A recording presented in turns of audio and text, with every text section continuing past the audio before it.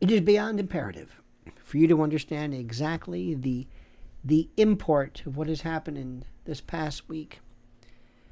Regarding the White House disaster, the whole world abandoning Ukraine, now siding with the illustrious President Trump. You know, it was the meeting heard round the world, and for all the wrong reasons, my friend. Ukrainian President Volodymyr Zelensky thought he could walk into the White House, waltz into the White House, flash his signature war-weary puppy dog look with a dirty T-shirt, and walk away with another blank check from the United States. He thought his usual routine, begging, demanding, and playing the forever victim would work on President Trump. He was so wrong. Oh, my God.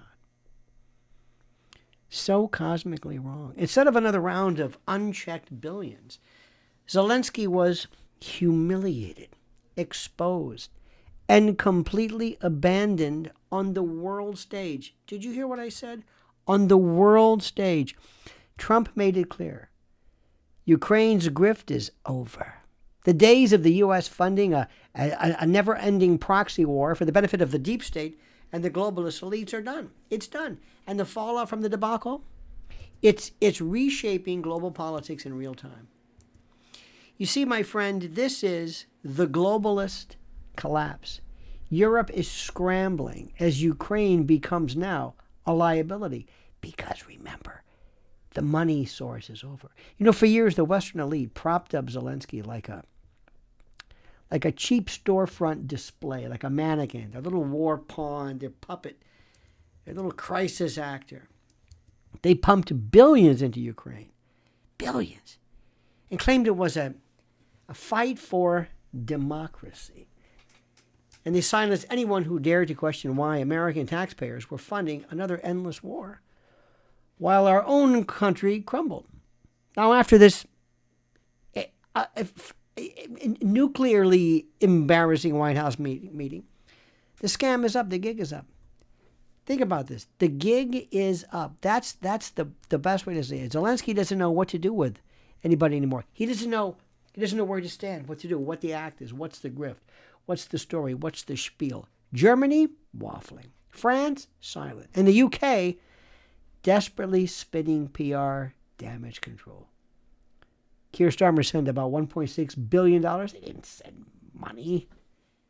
send money. They sent what amounted to basically just $1.6 billion. That would end up in their pocket. Even NATO officials are suddenly less enthusiastic about their brave Ukrainian warrior. It's the most incredible thing anybody's ever seen. You know, they see the writing on the wall. They see Trump coming back. They see Trump coming back, but also taking and enjoying a status nobody has ever seen before. Trump is like nobody has ever seen. They don't understand. This is the same guy everybody laughed at and kind of joked. Now he is the beloved. I mean, what is the word? He is the beloved.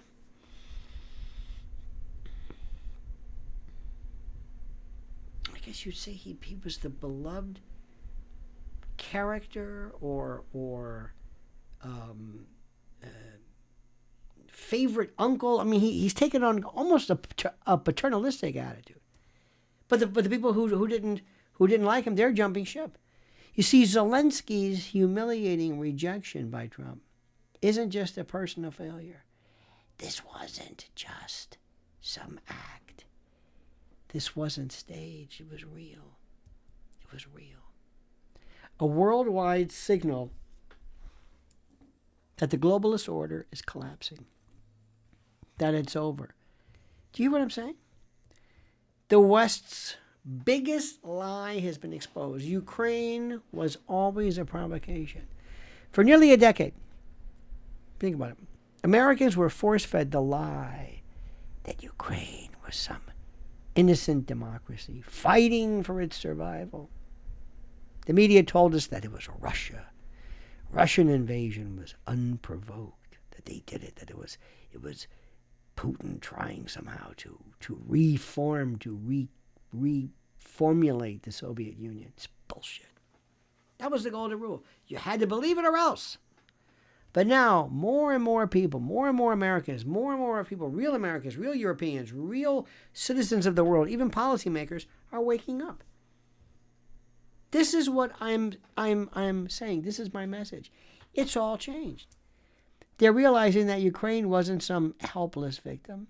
It was a deliberate provocation by the West. A chess piece. A chess piece used by the globalist elite to bait Russia into war. You know, since 2014, the U.S. and NATO pushed Ukraine closer and closer to the Russian border, armed it to the teeth, and ignored every diplomatic warning from Moscow. It was a trap, a proxy war designed to weaken Russia, to enrich military contractors and war profiteers, and justify an ever-growing surveillance state. And it almost worked. It almost worked.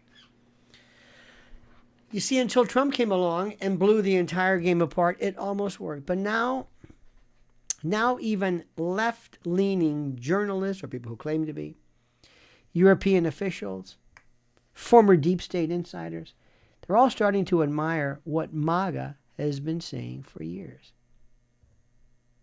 Ukraine was never about democracy. This was a myth.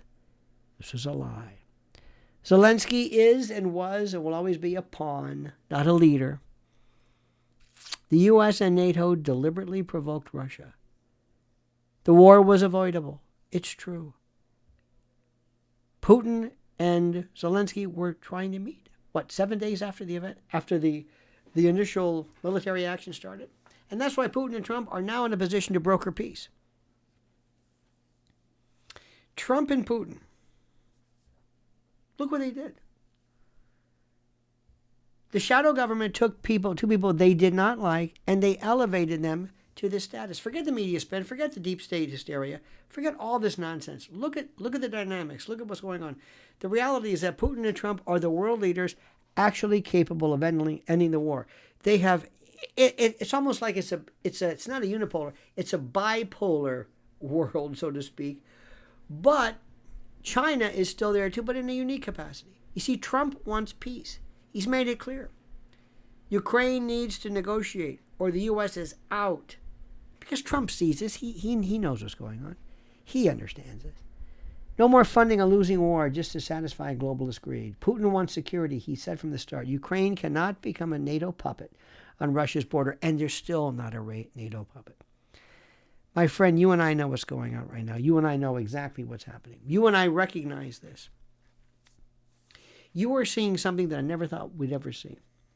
You are seeing a reconfinement, a reconfiguration of the world in a way, in a style, in a matter that I never thought even remotely possible. So thank you, my friend. Thank you for watching.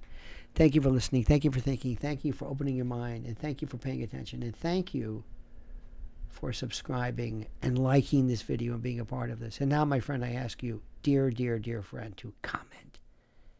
Comment as you see fit.